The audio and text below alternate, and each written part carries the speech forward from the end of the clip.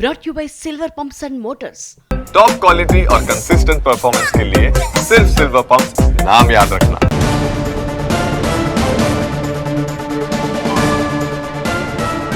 ఇక జడ్చర్ల ఎమ్మెల్యే అనిరుద్ రెడ్డి వ్యాఖ్యలపై TPCC serious అయింది. వెంటనే నివేదిక ఇవ్వాలని క్రమశిక్షణ కమిటీకి మహేష్ గౌడ్ ఆదేశించారు.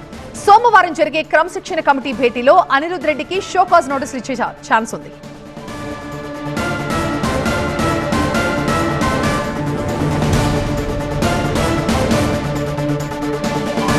మొత్తం మీద టీపీసీసీ కార్యవర్గ సమావేశంలో చాలా మందికి వార్నింగ్లు వెళ్ళినట్లుగా చాలా స్పష్టంగా అర్థమవుతోంది. మా సీనియర్ కరెస్పాండెంట్ అశోక్ మనకి లైవ్ లో జాయిన్ అవుతున్న మరింత సమాచారంతో. అశోక్, ఖర్గే ఒక పాయింట్ అయితే క్లియర్ గా చెప్పేశారు.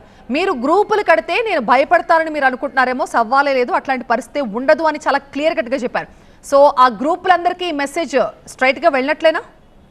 ఖచ్చితంగా. ఎందుకంటే అటు ఖర్గే మాట్లాడేటువంటి మాటలు ఒకవైపు చురకలు, మరొకవైపు పొగడ్తలు, మరొకవైపు వార్నింగ్లు, ఇలా కంటిన్యూగా కొనసాగిన పరిస్థితి మనకు కనిపిస్తుంది. అందరూ మాట్లాడిన తర్వాత ఖర్గే తాను ఏదైతే చెప్పాలనుకున్నాడో అది సూటిగా చెప్పిన పరిస్థితి మనకు కనిపిస్తుందని చెప్పొచ్చు. ఎందుకంటే గతంలో జరిగినటువంటి ఇన్సిడెంట్, అయితే ఈ రెండేళ్ల పాలనలో జరిగినటువంటి ఇన్సిడెంట్ అన్నింటినీ క్రోడీకరిస్తూ ఎవరెవరు ఏం చేస్తున్నారో ప్రతి దానిపైన నివేదిక ఉందంటూనే మీరు బాగానే పనిచేస్తున్నారు, ఇంకా చేయాల్సిన అవసరం ఉంది, రానున్నటువంటి ఎన్నికల్లో కావచ్చు, జూబ్లీస్ ఎన్నిక కావచ్చు, స్థానిక ఎన్నికల్లో కావచ్చు, మనం కష్టపడి పనిచేయాల్సిన అవసరం ఉందంటూ చెప్తూనే ఎవరైతే ఎమ్మెల్యేలు తమకు సంబంధించినటువంటి మంత్రులు కావచ్చు ఎవరైతే మా వెనక ఎమ్మెల్యేలు ఉన్నారు అని చెప్తున్నారో వాళ్ళకు భయపడే సీనే లేదు. ఖచ్చితంగా నేను భయపడను, రాహుల్ గాంధీ కూడా భయపడడు, దాని గురించి పట్టించుకోవాల్సిన అవసరం లేదు. ఒకవేళ మీరు మాట్లాడాలనుకుంటే ఖచ్చితంగా అది దృష్టిలో పెట్టుకొని మాట్లాడాల్సిన అవసరం ఉందని కూడా అటు ఖర్గే చెప్పిన పరిస్థితి మనకు కనిపిస్తుంది. ఇంకా అనేక అంశాలు ఒకవైపు అటు పొగడ్తలతోనే అంటే తీసుకున్నటువంటి కార్యక్రమాలు ప్రజలకు వెళ్తున్నాయి, ఇంకా బాగా పనిచేయాల్సిన అవసరం ఉందని చెప్తూనే, అలాగే ప్రభుత్వం కూడా బాగా పనిచేస్తుంది, ఇలాగే పనిచేస్తే ఖచ్చితంగా నెక్స్ట్ టైం కూడా మనం అధికారంలోకి వస్తామని చెప్తూనే ఇలాంటి వార్నింగ్స్ కూడా ఇస్తున్న పరిస్థితి మనకు కనిపిస్తుంది. పీఎస్సీలో అనేక అంశాల గురించి చర్చ చేయడం తెలుస్తుంది. ఒకవైపు అంజన్ కుమార్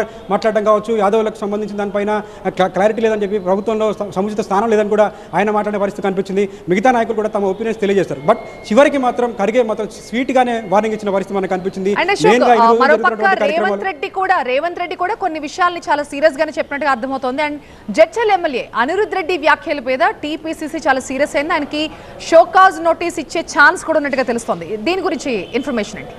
రైట్, ఖచ్చితంగా క్రమశిక్షణ కమిటీ ఒకవైపు పీఎస్సీ మీటింగ్ జరుగుతూనే మరొక వైపు క్రమశిక్షణ కమిటీ కూడా భేటీ అయిన పరిస్థితి మనకు కనిపిస్తుంది. ఇన్ని రోజులు జరిగినటువంటి కార్యక్రమాలు అంటే కొత్తగా ఏర్పడినటువంటి క్రమశిక్షణ కమిటీకి చాలా ఫిర్యాదులు వచ్చాయి. గతంలో జరిగినటువంటి ఫిర్యాదులు కూడా రివైజ్ చేస్తున్న పరిస్థితి కనిపిస్తుంది. అయితే అందులో భాగంగానే అనిరుద్ రెడ్డి మాట్లాడినటువంటి మాటలు కూడా చాలా సంచలనాలు రేపినాయి.